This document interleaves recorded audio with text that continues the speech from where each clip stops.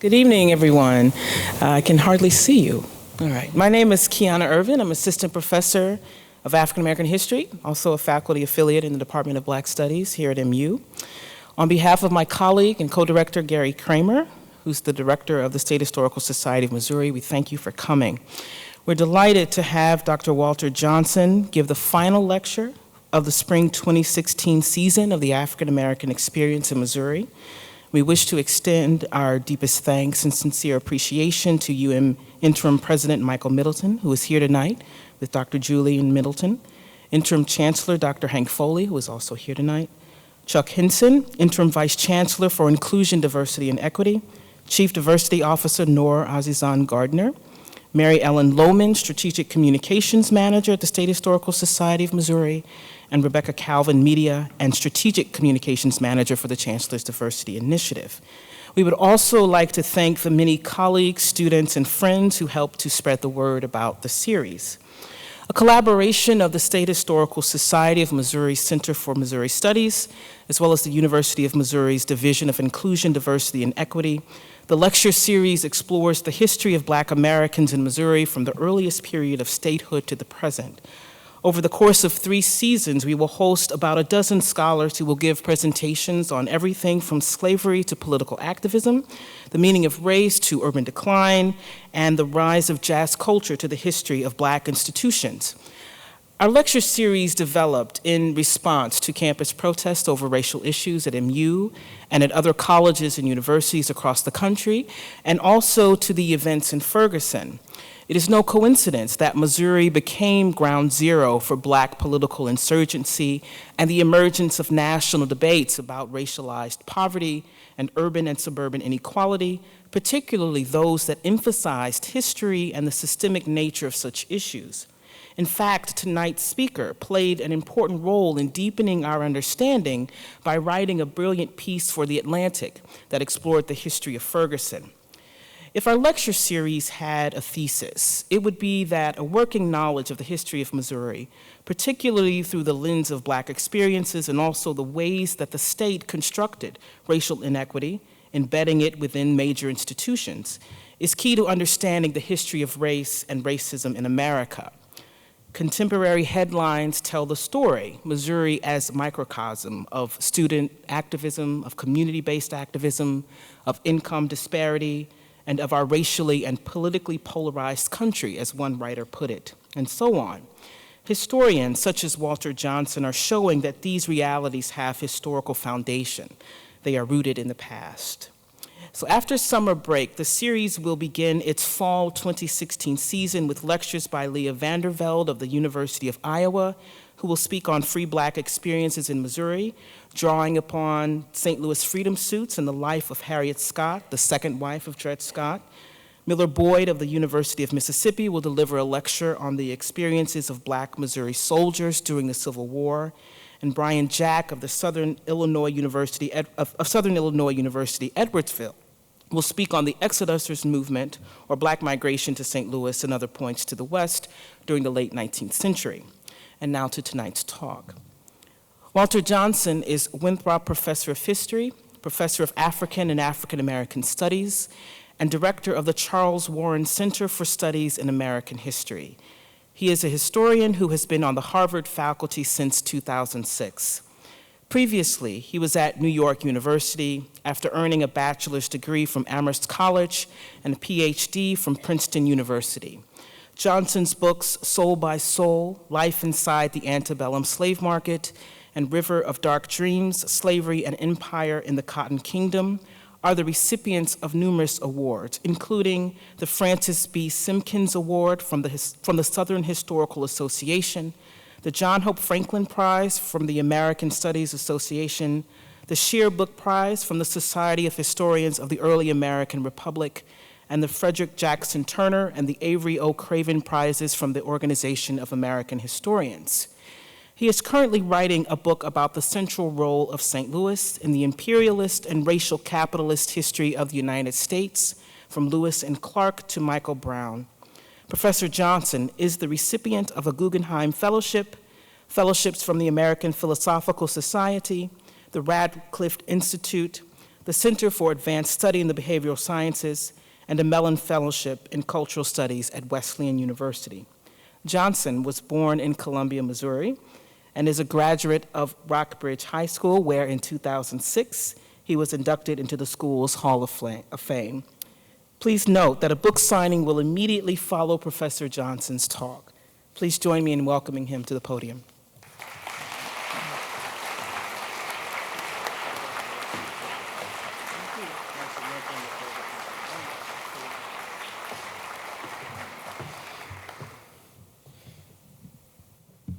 Well, thank you all for coming. It's nice to be here. It's nice to be back and nice to see old friends. I want to start on a different kind of note, though. I want to start in remembrance for my friend Keith Weich. He was a friend of mine in Columbia, taken from us too soon, who, with a heroism that I was not old enough to recognize at the time, played with me and sat with me in many different kinds of contexts. And historically, in terms of Columbia, Keith was the unlucky ninth grader who integrated the Columbia Junior Cotillion.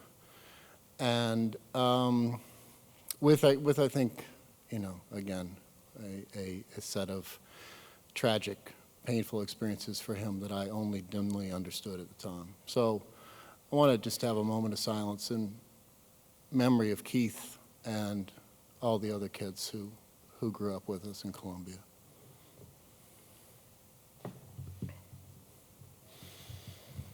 I've changed the title. The title is now White Fear and Race War in the Time of Dred Scott. I'm going to read first an epigraph from W.E.B. Dubois' Black Reconstruction in America.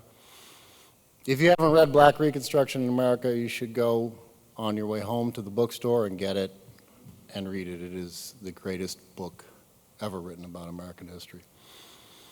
Before the wide eyes of the mob is ever the shape of fear. Back of the writhing, yelling, cruel-eyed demons who break, destroy, maim, and lynch and burn at the stake is a knot large or small of normal human beings. And these human beings are desperately afraid of something. Of what? On the 28th of April, 1836, Francis Mcintosh, a free black steward aboard the steamboat Flora, alighted on the levee in St. Louis. Best as anyone could later tell, as Mcintosh crossed the levee and walked into town, he was overtaken by a pair of sailors who were running from the police. Whether he impeded the police, ignored their shouted commands to help, or simply did not understand what was happening around him, Mcintosh was taken into custody by Deputy Sheriff George Hammond and Deputy Constable William Mull. As they neared the jail, Mcintosh drew a knife from his coat and cut Hammond's throat. He then turned to Mull, driving his knife upward into the constable's stomach as the white man bent to shield his dying partner. Mcintosh began running down 4th Street toward Market, passing as he did across the front of the courthouse square where a decade later Dred Scott would file suit against his owner. He made it as far as Walnut Street before he was surrounded, taken to jail, and locked in a cell. Outside the jail, a crowd began to gather. There were later reports that Hammond's widow and orphan children were there, and that their keening grief had enraged the crowd. A group of men soon forced their way inside, overwhelmed the sheriff, and pulled Mcintosh out. They dragged him a couple of blocks up Chestnut Street and tied him to a tree. Members of the neighborhood fire company stacked wood around his feet. Mcintosh was silent while they worked. Only as the flames rose around him did he begin to pray and then to scream. Some of those who watched in the crowd later remembered that he had continued begging to be shot even after his eyes had burned in their sockets. The lynching of Francis Mcintosh transfixed the nation. Elijah Lovejoy, who would later become celebrated as the nation's first white anti-slavery martyr, detailed the murder and its aftermath in a series of articles published in his newspaper, the St. Louis Observer. Perhaps it was the sort of coverage that made Lovejoy an outspoken opponent of slavery, persona non grata in St. Louis. By the end of May, public pressure had forced Lovejoy to leave St. Louis for Alton, Illinois, across the Mississippi River. In November of the following year, a St. Louis mob crossed the river and set fire to the Illinois warehouse where Lovejoy kept his printing press. When Lovejoy tried to save the building from burning, someone shot him. As he lay dying, the mob carried his press down to the banks of the Mississippi, broke it into pieces, and threw it in. No one was ever convicted of his murder, which John Quincy Adams termed, quote, a shock as of an earthquake throughout the continent. Both murders caught the attention of 28-year-old Abraham Lincoln, a legislator in the Illinois House of Representatives, known mostly at that point for his strong support of African colonization. The idea that free people of color in the United States should be sent, quote, back to Africa. In January of 1838, Lincoln delivered a speech before the Young Men's Lyceum in Springfield on the theme, the perpetuation of our political institutions, which has since become known as the Lyceum Speech. It remains one of the most pointed and eloquent defenses of the rule of law recorded in the annals of American history. Of Mcintosh, Lincoln wrote, his story is very short, and it is perhaps the most highly tragic of anything of the length that has ever been witnessed in real life. A mulatto man by the name of Mcintosh was seized in the street, dragged to the suburbs of the city, chained to a tree, and actually burned to death. And all within a single hour from the time that he had been a free man, attending to his own business and at peace with the world. Lincoln well knew that Mcintosh was a dead man the moment he cut Hammond's throat. He would never have left the St. Louis County Jail alive. But the way that he had died, the public and violent exercise of white supremacy beyond law, had an import beyond the plain fact of his death. This mobocratic spirit, Lincoln wrote, would eventually drag down the innocent with the guilty. It would destroy the, quote, walls erected for the defense of persons and the property of individuals. And finally, and tragically, it would cause even the best Americans to lose their faith in their government. Whenever the vicious portion of the population shall be permitted to gather in bands of hundreds and thousands and burn churches, ravage and rob provision stores, throw printing presses into rivers, shoot editors, and hang and burn obnoxious persons at pleasure and with impunity, depend on it, this government cannot last, wrote Abraham Lincoln. As he would 20 years later in Springfield when he invoked the notion of a house divided to describe the nation's predicament, Lincoln alluded to the domestic space to illustrate his understanding of historical time. Let reverence for the laws be breathed by every American mother to the lisping babe that prattles on her lap. And then, most famously, in short, let it become the political religion of the nation. And like Christianity, the lessons of the political religion were embodied in the mortification of the flesh. The lessons of the American Revolution, Lincoln argued, had been carried forward to succeeding generations in the form of, quote, the limbs mangled, the scars of the wounds received, a history that could be read and understood alike by all, the wise and the ignorant, the learned and the unlearned. But the revolutionary generation had passed on, and with them the object lessons provided by what Lincoln called their mutilated limbs. In their stead, Lincoln feared, had been placed the body of Francis Mcintosh. His body, or the remains of it, left at the place of execution. The burned tree left standing on the corner of 7th and Chestnut for years after that, an attraction for whites traveling on their way west, a forbidding warning for blacks who had the misfortune to pass by it, some of whom bravely adorned it with yellow ribbons. The body of Mcintosh was a lesson. In St. Louis, that mute lesson was given voice by the judge who presided over the grand jury that investigated the lynching, a judge named, with grim irony, Lawless. When it came time to instruct the grand jury about their legal responsibilities, Judge Lawless foreshadowed Lincoln's premises. A lynch mob was, quote, a force unauthorized by law, and burning alive, a mode of death forbidden by the Constitution. But unlike Lincoln, Lawless discerned in the burning of Mcintosh a principle of even higher import to the community, a higher law than the Constitution.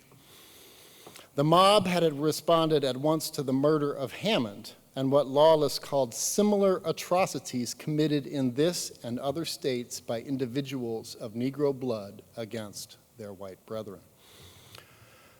According to Lawless, Mcintosh himself had been the incendiary, that's a word that Lawless used, the product of the exposure of the, quote, fiery, unreasoning mind of a free Negro to the doctrine of abolition.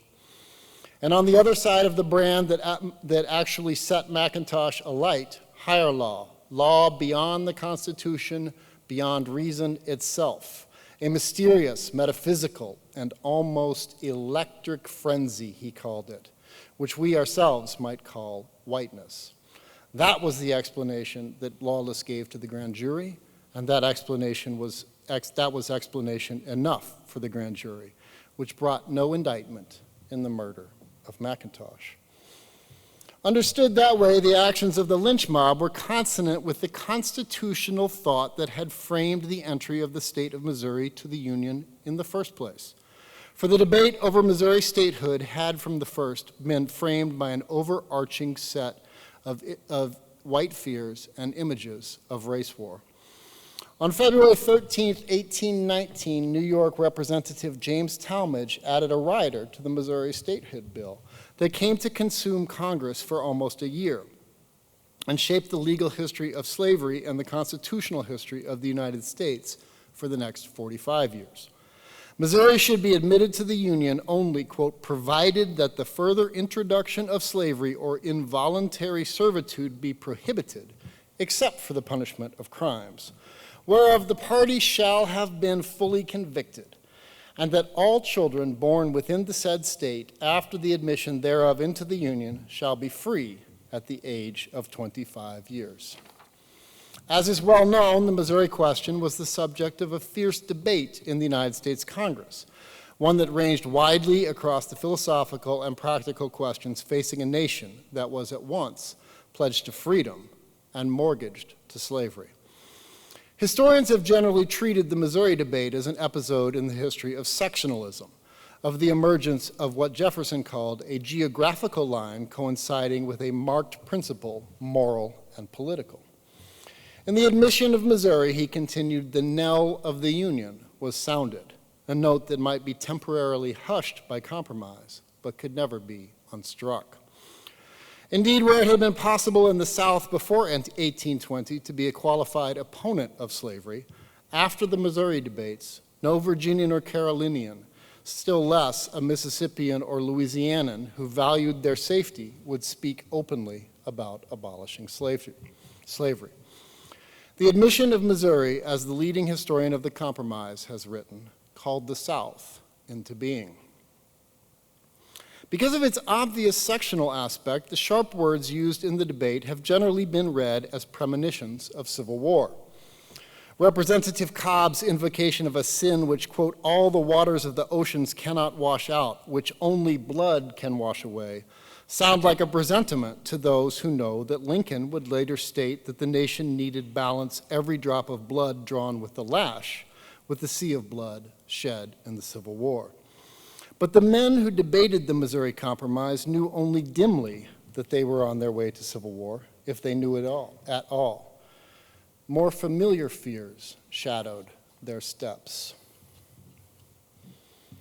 This momentous question, like a fire bell in the night, awakened and filled me with terror, wrote Thomas Jefferson of Missouri.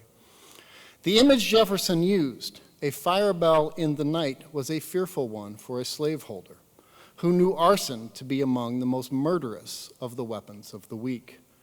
Early in the Missouri debate, Edward Colston of Virginia interrupted a speech by Arthur Livermore to warn the representative from New Hampshire that his speech might incite slaves listening in the gallery to revolt. Indeed, to suggest that such a speech might justly end in a hanging. Talmadge responded with a speech that used the word servile war repeatedly, almost gratuitously, in suggesting that American empire could stretch to the Pacific as one strengthened by the loyalty of its free black population or threatened by the revolt of its slaves. For these men who did not know the end of the story, the Missouri question was, from the beginning, edged with white fear and the possibility of slave revolt, with race war. We have a wolf by the ears, and we can neither hold him nor safely let him go, wrote Jefferson at the time of the Compromise. Once the forces of compromise and union had mustered bare majorities in both houses of Congress, Missouri had been balanced by Maine, and a line at 36 degrees 30 minutes had been drawn westward to the Pacific and forward into perpetuity. Missouri was given permission to draft a state constitution. Missouri's first constitutional convention was held in the Mansion House Hotel in St. Louis. It lasted 38 days and produced a document that threatened to unravel the delicately balanced congressional compromise that had been almost a year in the making. In addition to sanctioning slavery, the Missouri Constitution of 1820 directed the legislature of the new state to, quote, prevent free Negroes and mulattoes from coming to and settling in this state under any pretext whatsoever. This provision reflected the particular sort of Negrophobia that defined the non-slaveholding and working-class white population of the state of Missouri and the city of St. Louis. Migrants who had come to Missouri in the years after 1816 seeking land and economic advancement, among them many whose hopes had been diminished or dashed by the Depression of 1819. Angry, entitled, wounded white men whose own interests had an unsteady relationship to those of slaveholders. Men who might hold out hope of one day becoming slaveholders, but also men for whom the political preferment of slaveholders was an occasionally galling constraint on their own ambition and sense of racial entitlement. Many of the new Missourians were migrants from Virginia, where representation in the state legislature had, like representation in the United States Congress under the 3/5 Clause, been apportioned on the basis of population rather than suffrage, a marked advantage to slaveholders who lived in districts where there was a much larger number of people than there were voters. In Missouri, things would be different. Along with the provision forbidding the in-migration of free people of color, the Constitution of 1820 contained a provision apportioning representation in the Missouri House and State Senate according to a census of the state's, quote, free white male inhabitants. Missouri, under the Constitution of 1820, was ruled by and for white men, not simply slaveholders. The cry has been raised, Missouri for white men, recalled the free black barber and chronicler of black life in St. Louis, Cyprian Clamorgan. This was the emergent ideology of the white republic. St. Louis in particular was increasingly dominated by wage-working white men. In 1820, there were just over 8,200 whites in St. Louis County as compared to 1,800 enslaved people and 225 free people of color. By 1860, the census taken in the county recorded 182,000 free whites, 182,000 whites, 3,800 slaves, and 2,100 free people of color. No other southern city had such a small proportion of slaveholders among its white population. In St. Louis, only about 14% of white households contained a slave.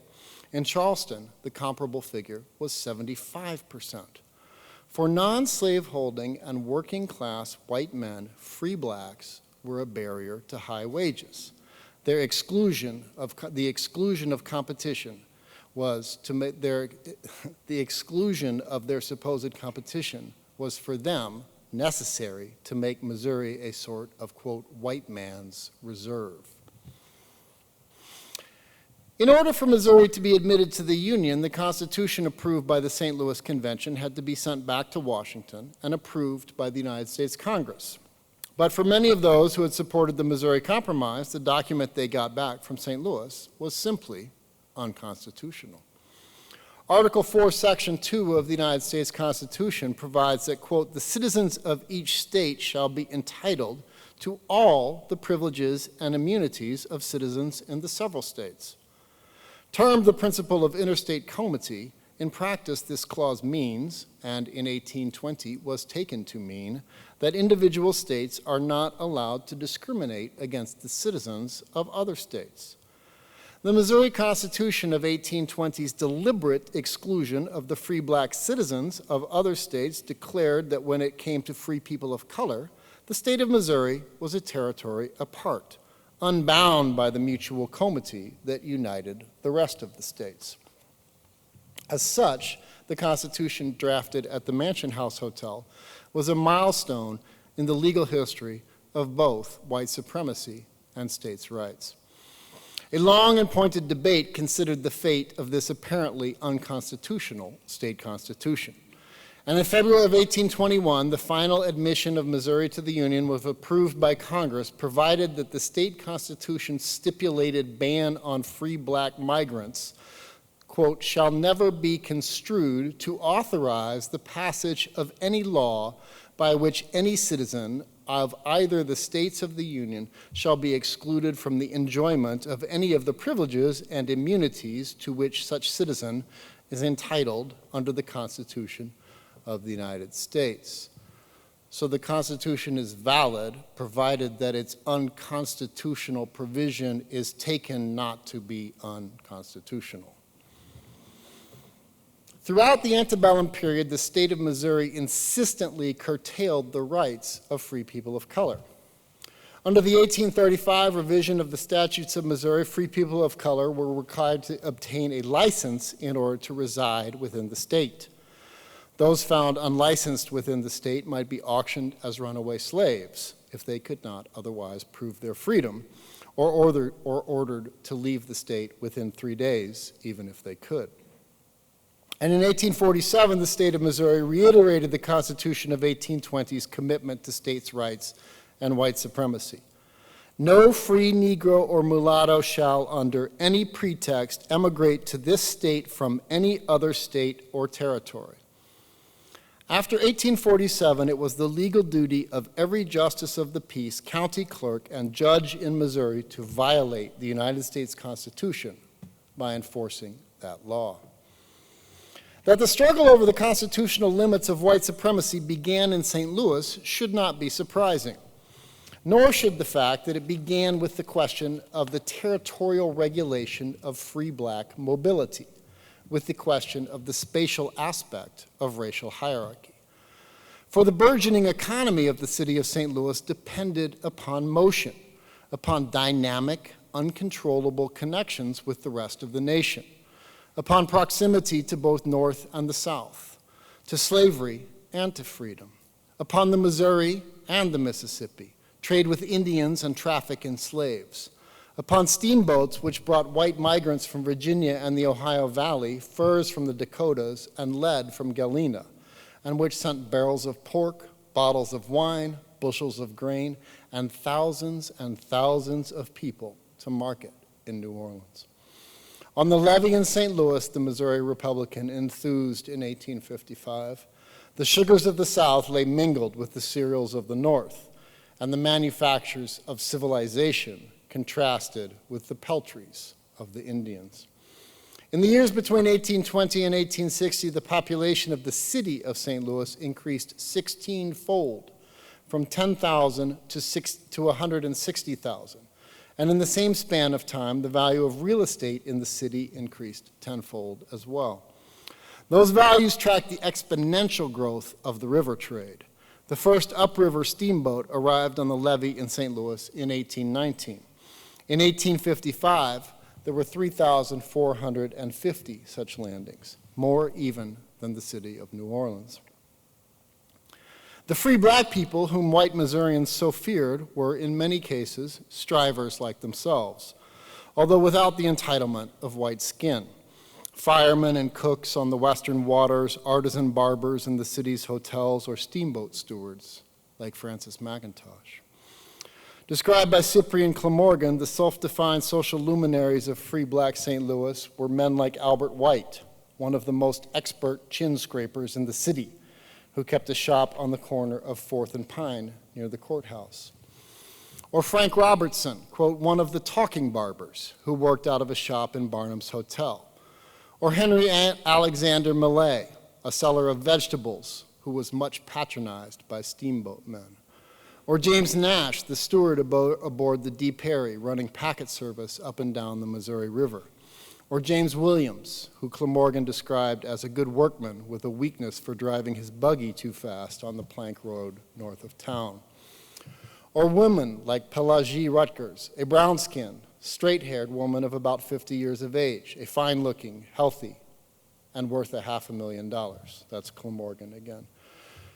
Rutgers was the owner of a mansion and a grand piano. Or Antoine Labadie, who began his life as a butcher and made a fortune shipping beef to the southern market. In the aftermath of the 1847 Code, which made further free black immigration to Missouri illegal, many of these people, these striving, hardworking, fortunate people, had posted a $1,000 bond as a condition of their residence in St. Louis. They lived in a condition of temporary exemption, awaiting removal. Exemplary of this remarkable group was James Thomas.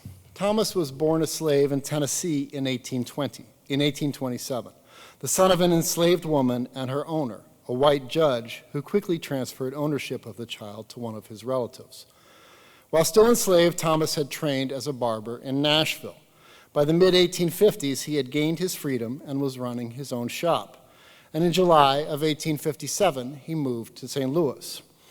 3 months earlier, his father, Judge, now Justice, John Catron, had joined Chief Justice Roger Taney and the rest of the majority of the United States Supreme Court in declaring that his son, Thomas, along with every other black person in the United States, quote, had no rights which the white man was bound to respect. By the time he sat down in 1903 to write his autobiography, Thomas had gained and lost a fortune. In St. Louis, he had waited a decade to marry the woman he loved, the daughter of Pelagie Rutgers, the owner of the grand piano, whose opposition to Thomas had ended only with her death in 1868. As long as she lived, her daughter was forbidden to marry any man who had been born a slave. Through the 1860s and 1870s, Thomas invested the money he made as a barber and the money that came to him through his eventual marriage in real estate. By 1873, he owned 6 apartment buildings in St. Louis and was described in the New York Times as the richest Negro in St. Louis. He traveled extensively in Europe, London, Paris, Venice, Milan, Vienna, and eventually bought and earned income from 2 full city blocks in downtown St. Louis. All the while, even as he became one of the richest black men in the United States, he continued to cut hair in his first-class barber shop in the basement of one of the city's finest hotels. The Panic of 1893 and an 1896 tornado, which touched down precisely on his property, ended Thomas's run. He spent the final years of his life in a sparsely furnished apartment in the last of the buildings he owned downtown, surrounded by the memories he recorded on loosely organized sheaves of paper. Barbershops were Thomas's domain. These were spaces of comfort, service, and aspiration for the white traders and travelers of the Mississippi and Missouri valleys. He was the black man who cared for them, made them feel important and at ease, even as he lathered around their noses and their eyes, and then drew a straight razor across their necks. It was his business to know white men, and he observed them keenly, the way that they kept their papers in their hats and wore their cravats wrapped twice around their necks, the way that they would cavil and complain if a barber forgot to wash his hands, or if his breath, quote, smelt of onion, or his hands of a common cigar. He noticed the way that they, quote, had to be shaved low on the neck to stem the tide of hair on their chest that did not know when to stop, the tuft of hair in each nostril which had to be cut, the hair in either ear and across the top, the eyebrows so long that he wondered that his clients did not, quote, wear a bandage to keep their eyebrows up out of their eyes. He noticed the hair on the ends of their noses, even as he recoiled at the way that they picked their noses or dribbled tobacco juice on the ruffles of their shirt. Thomas treated these men with elaborate courtesy and respect. The barber was safe so long as he showed a cheerful willingness to please, he wrote. Over his career, Thomas developed strong opinions about the ways in which gentlemen, and his autobiography must contain the word gentleman 17,000 times, should and should not act. He met merchants, professionals and planters, politicians, a few gamblers of the gentleman class. He listened to their stories and received their advice, whether asked or not. Chiefly, it seems, at least in Nashville, they talked about Andrew Jackson. For Thomas, the barber shop was, as he wrote, the best of all places to learn the ways and peculiarities of the old-time gentleman, what W.E.B. Du Bois would later call the souls of white folk. It is clear from his autobiography that Thomas respected and even admired many of the white men he shaved and served. He was proud to be picked up in the carriages of the leading men, admitted to their houses, given fruit and flowers, and asked to cut their hair and that of their guests. He developed a web of deference and tribute with the white men who spent time in his chair. And when the privileges and even the very existence of free black people came under increasing attack in the aftermath of the Dred Scott decision, Thomas and those like him kept their heads down and, quote, stayed in near touch with their white friends to have a good word spoken for them. It should go without saying that Thomas was a color snob. His autobiography is mostly free of the sort of minstrel show japes that deform so much of the writing of 19th and early 20th centuries, but only because Thomas had so little to say about enslaved people. His autobiography, like his life, was hedged in by the politics of class and color, socially structured by the differences between wealthy free blacks like himself and the darker-hued, rougher-living folks he termed old-time Negroes. Unrealistically, for a man who spent a decade waiting for the mother of the woman he loved to die, so strong was her objection to her daughter's love for a man who had been born a slave, Thomas blamed the dark and the poor for the social distance between them. The blacks, he remembered, abused the mulattoes. They called them no nation and other kinds of hard names. Thomas's view of poor and working class whites was framed by his experience in barbering and the views of his wealthy white clients. A gentleman would not have a white man around him as a waiter or barber. They wanted nothing to do with a white man who could not rise above that. If a white man came towards him to shave him, he would jump out of the chair. The true Southern gentleman had no use for poor white people, Thomas wrote.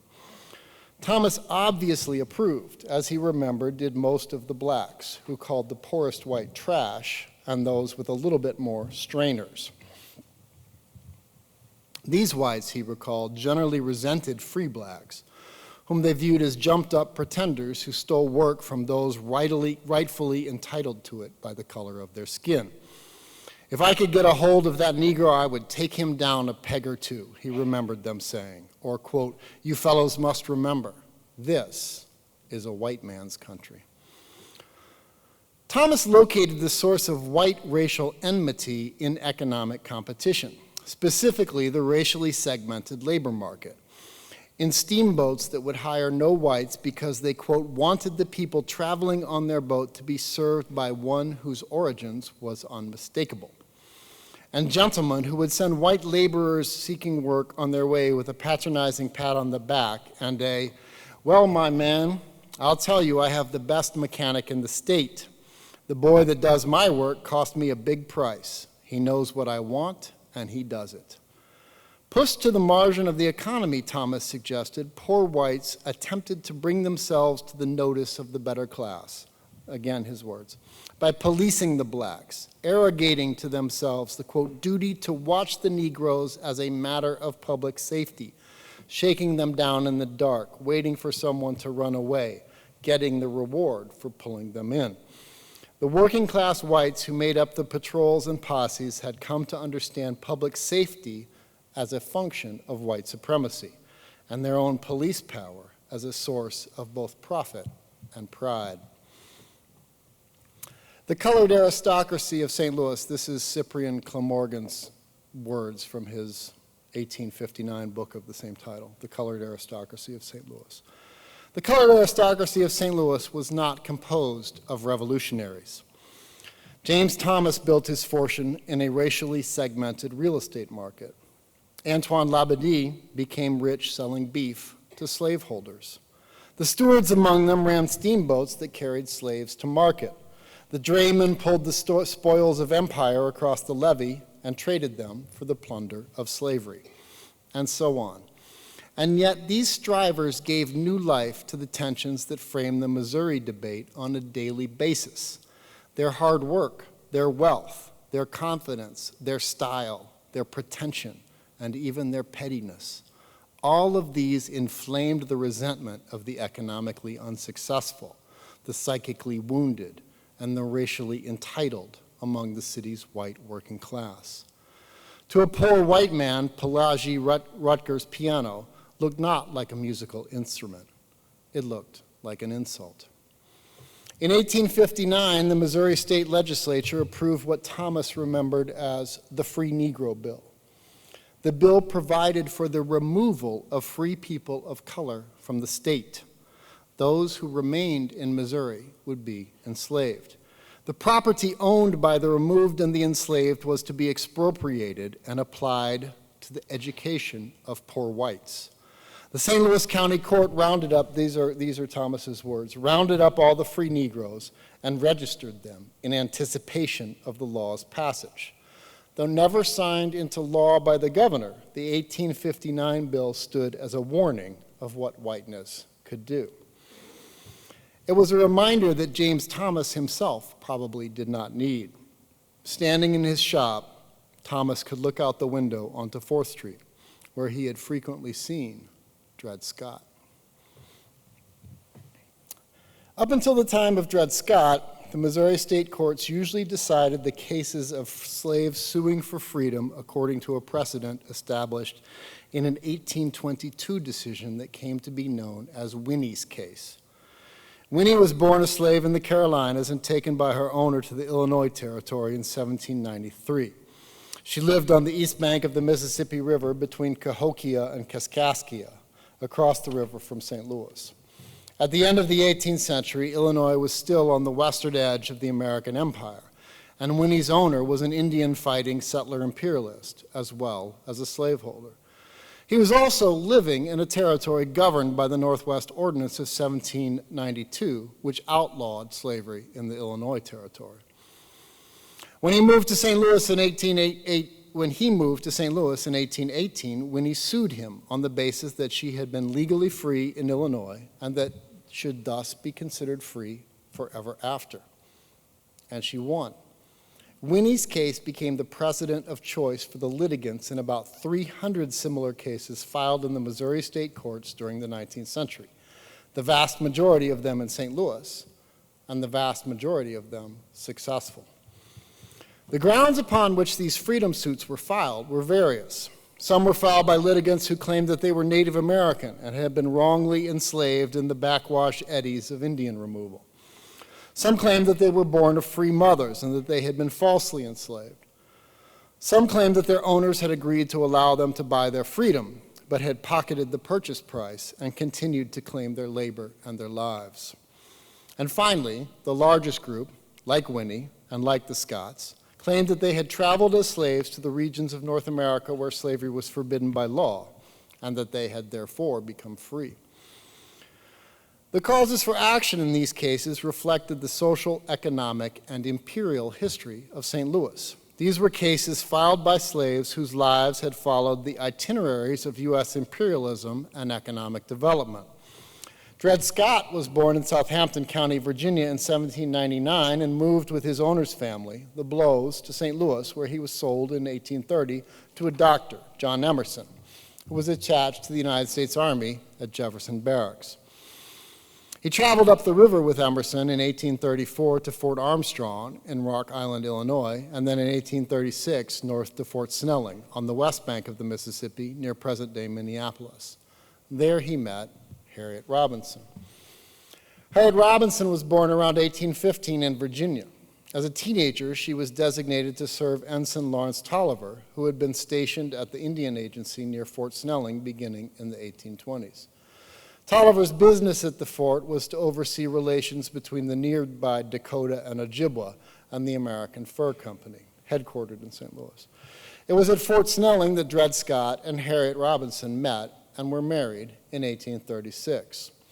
On the occasion of the marriage, Tolliver transferred ownership of Harriet Robinson, now Harriet Scott, to Dr. Emerson, who left the newlyweds behind at Fort Snelling in 1837 when he traveled back to St. Louis.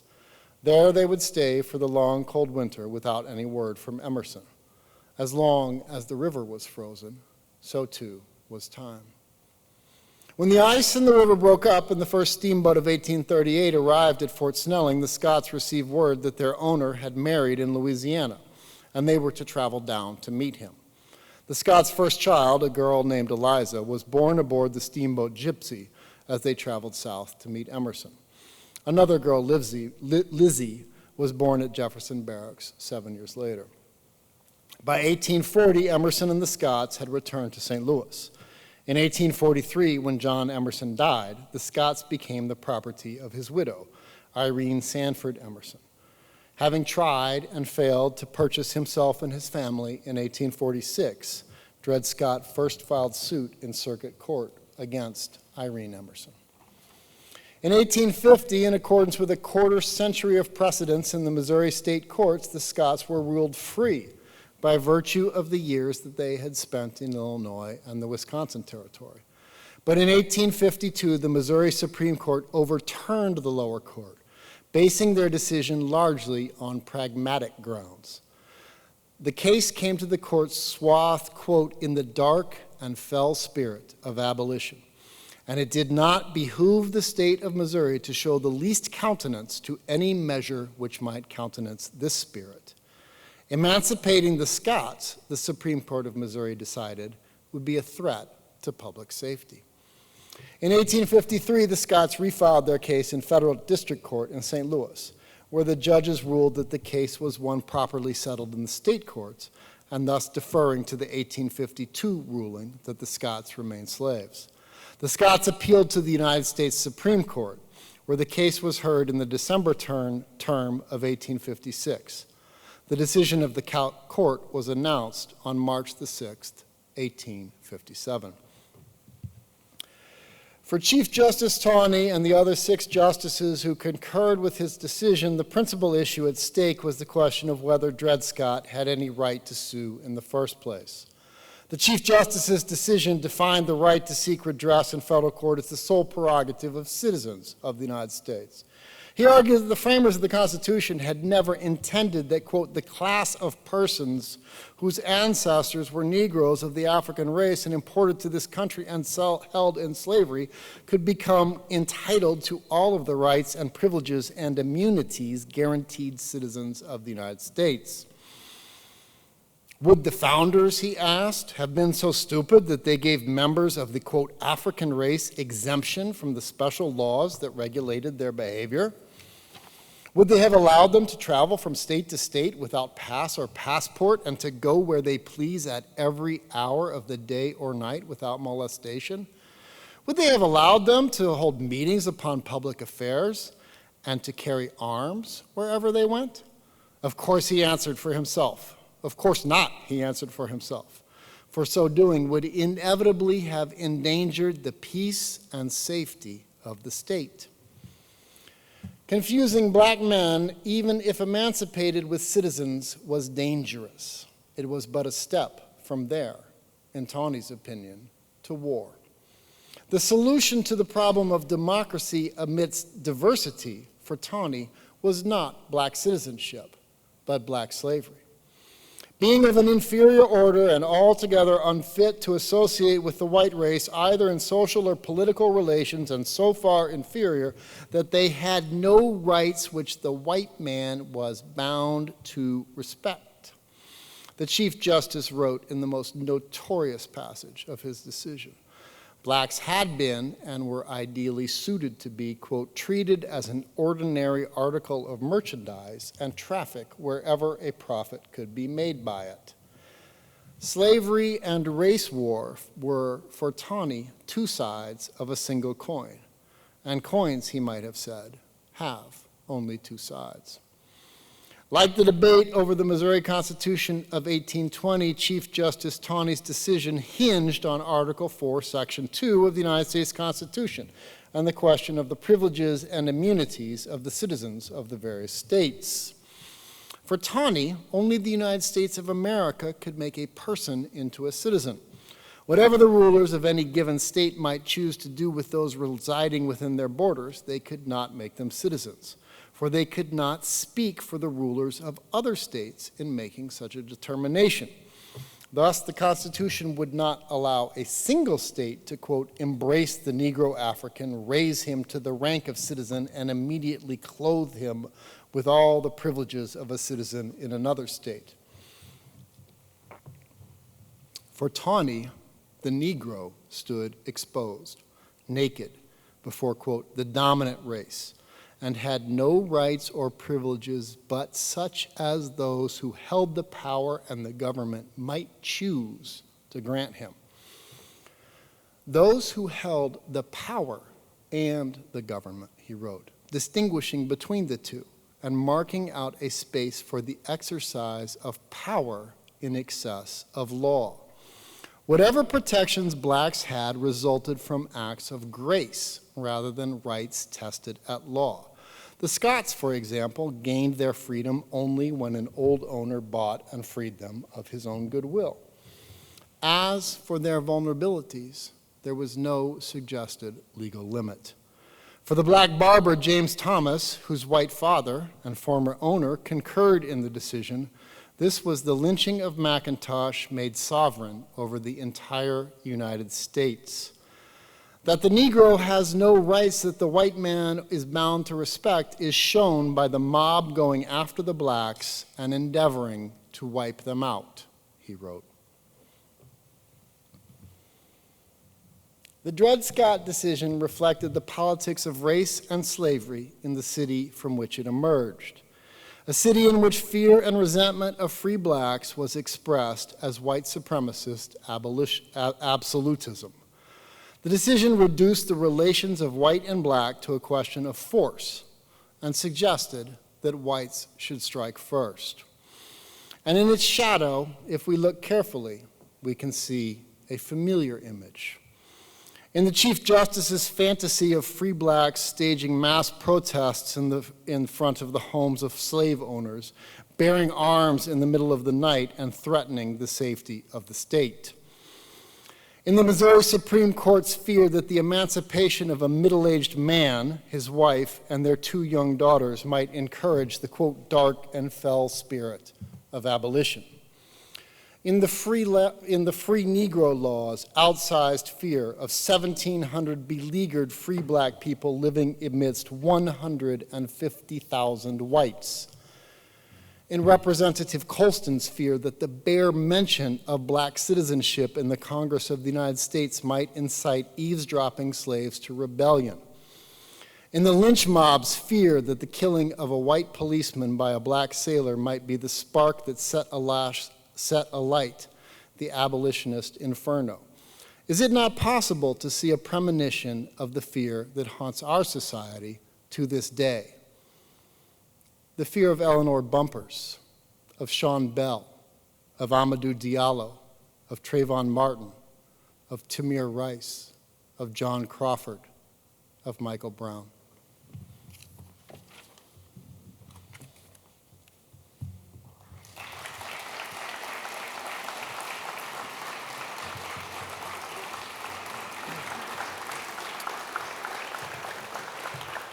Thank you. Thank you to Professor Johnson for a wonderful lecture. we have a golden opportunity to engage with Dr. Johnson on some of the questions, the issues raised in his lecture. So please, we have actually 2 mics down at the front. Don't be shy. Come to the front and ask questions or make some comments as you see fit.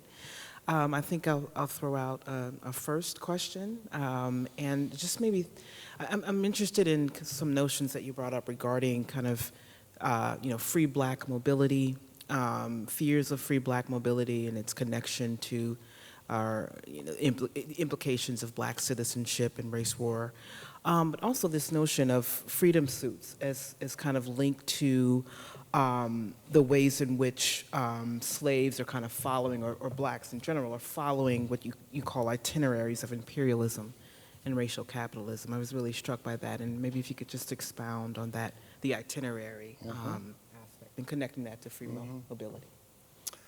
So in a longer and still partially to be written version of this, which is a chapter in my book, I talk quite a bit more about the character of slavery in St. Louis, in and around St. Louis. And the argument there is that slavery in and around St. Louis in the 1830s, 40s, and 50s is something close to a state of war.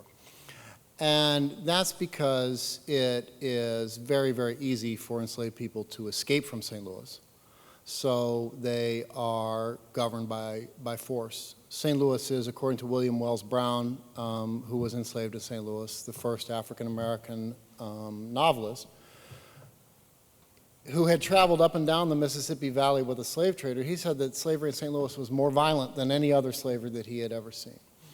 That's because in a place, I would argue, like Mississippi or Louisiana, which are notoriously violent and horribly violent, there's a spatial aspect to slavery. It's very, very difficult to escape from the middle of Mississippi. It's not very, very difficult to escape from St. Louis. It's you steal a skiff and you go across the river, right? So St. Louis force is very, very close to the surface of slavery. And that force is exacerbated by the politics of slavery, by both people who are trying to entice enslaved people away to, quote, freedom, in abolitionist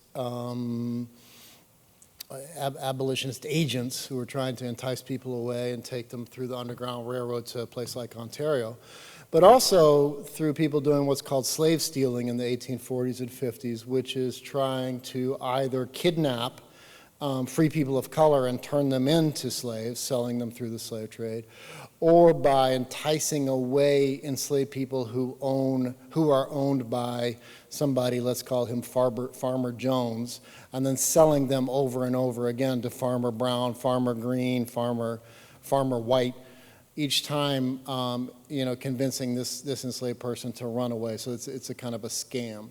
So all these things are happening. And I think that makes white people in St. Louis anxious. Most notable in this regard is the Madison Henderson gang, which is a gang who, it's not so great is the moral panic among whites in St. Louis that follows the capture of the Madison Henderson gang that it's absolutely impossible to figure out what they actually did, because the stories that come out of it are fantastic. One of them is in a army of 500 counterfeiters, and they all appear to have robbed 6,300 banks independently and are responsible for every arson that's ever occurred in the Mississippi Valley. So you can't tell exactly what happened. But what is clear is that there is a gang of 4 people who operate together doing whatever it is that they do, and probably it's robbing a few stores and maybe playing a couple of fixed card games, who are both free people of color and slaves. Madison Henderson is an enslaved person who has traveled independently from New Orleans to St. Louis to Galena to Burlington, Iowa. He's been all over the valley. And so because of the chaotic, violent character of slavery, and also because of the things that people are required to do in order to make the economy work on steamboats, it's a very unsteady situation. And I think that unsteadiness then results in this kind of overwhelming white fear and violence. The last thing I'll say about that is, if you track the names of the cities that I have mentioned, these are the cities that are involved with the United States Empire of the 19th century. Galena is, there are lead mines in Galena. So the raw material of the United States military is produced in Galena. It's no accident that this is a suit brought by Dred and Harriet Scott, who had been enslaved by people who were, on the one hand, military officers, and on the other hand, a military officer who's been delegated to deal with the American Fur Company. As it turns out, John Sanford, the defendant in Dred Scott's case, was one of the principals in the American Fur Company, which is the biggest Indian trading company of the 19th century. So one of the things that I realize is a very long answer, that I want to try to do is to bring, to use St. Louis to bring that history of U.S. imperialism back into the history of slavery.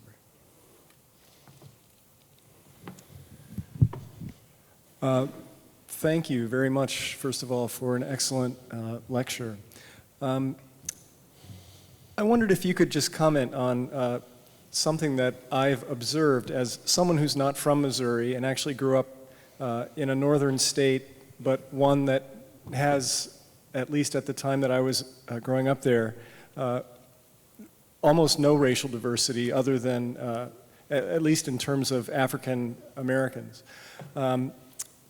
And living in Missouri, it's been curious to me that Missouri doesn't quite feel like a Midwestern state, and it's not quite a Southern state. And it seems as though there's a sense that I've gotten from people that because Missouri never officially joined the Confederacy, that somehow it deserves a pass in terms of its history with slavery and so on. And I wondered if you could comment at all about sort of whether Missouri is indeed special in this kind of way relative to other slave states that might have been in the Confederacy formally. Yeah. Missouri is unquestionably special. What I would say, I mean, so to those who would say that Missouri never joined the Confederacy, I would respond, Missouri never had Reconstruction, right? And so that, at the very best, that's a wash. What I would want to do is to actually talk about the way in which Missouri is not simply, and this is the reason that I actually chose to write a book about St. Louis. It's not simply that Missouri exemplifies so many of the things that we think about as the history of race and white supremacy in the United States. It's that they actually happened in Missouri, right? And so and that they actually happened in St. Louis. And so what struck me as I began to learn about the history of St. Louis, and I am a very new student of the history of St. Louis, is that the Missouri Compromise had this crucial chapter in St. Louis. The lynching of Francis Mcintosh is arguably the first lynching of an African-American man in the United States in this kind of classic pattern. The lynching of Lovejoy is a very famous episode in the history of anti-slavery. Abraham Lincoln's Lyceum address is a very famous speech. The Dred Scott case. Extend the list up to the 20th century, where Shelley versus Kramer is one of the most important housing discrimination cases ever decided by the Supreme Court. In St. Louis is the first general strike in the nation in 1877, is the archetypal race riot that W.E.B. Du Bois treated as the central event of the African-American history of the First World War, is the first sit-down strike at Emerson Electric. And so for me, and take that history right up to Ferguson, and take that history right up to the events at the University of Missouri last fall, right? So for me, it's the history in which I am most interested and invested turned out to have happened in Missouri. Now, one of the things that I guess I want to say about that is that I think that in Missouri there is, and I think this is something that Keon said right at the very beginning, there is a very strong, enduring, entrenched history of white supremacy in the state of Missouri that my talk tries to talk about.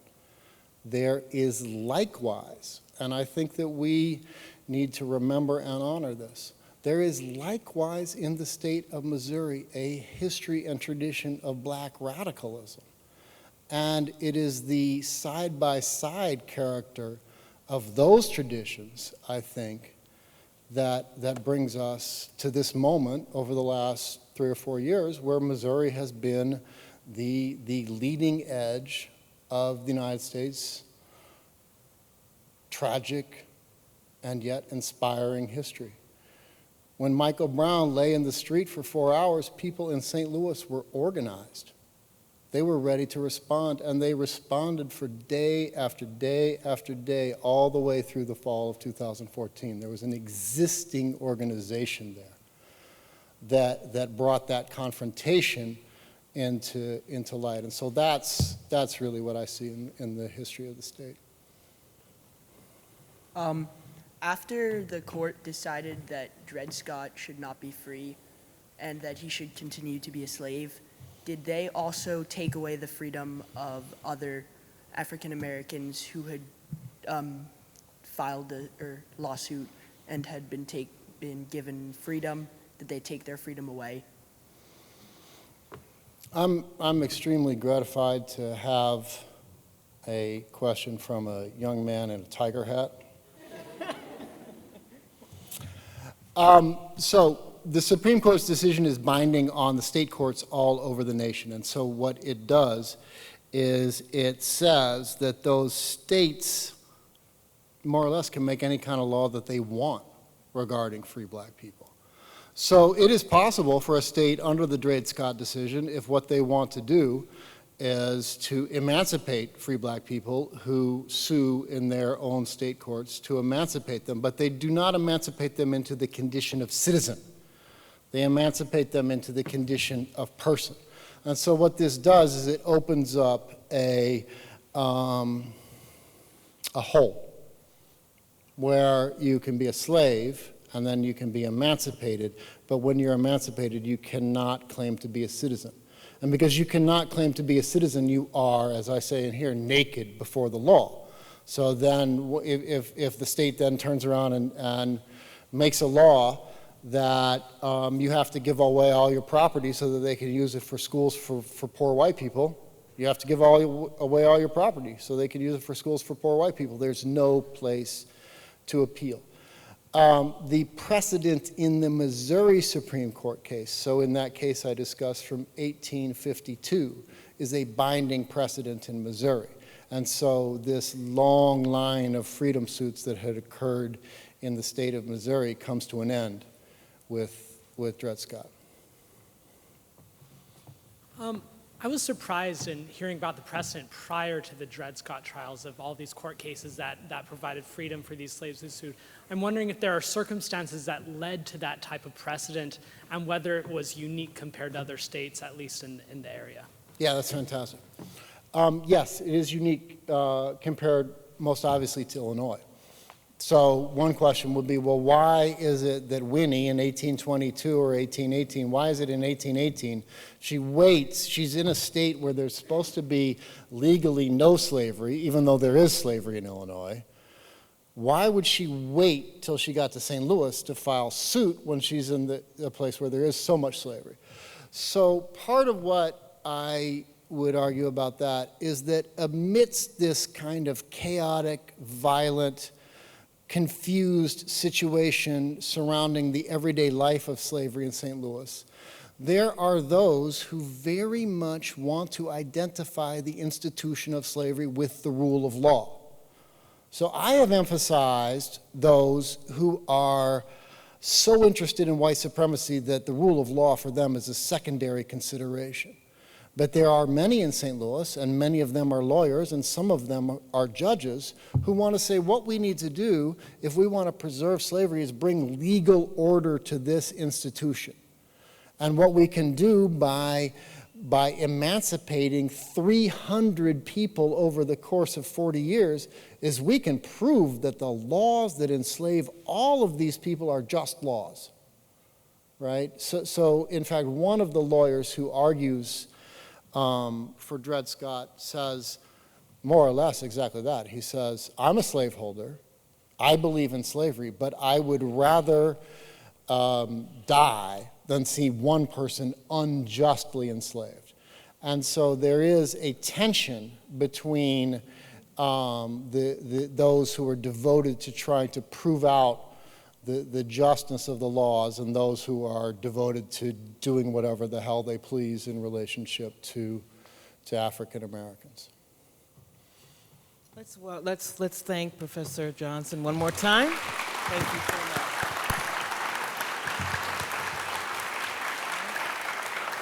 Thank you for coming. Yeah. Well, Thank you very much. Thank you all.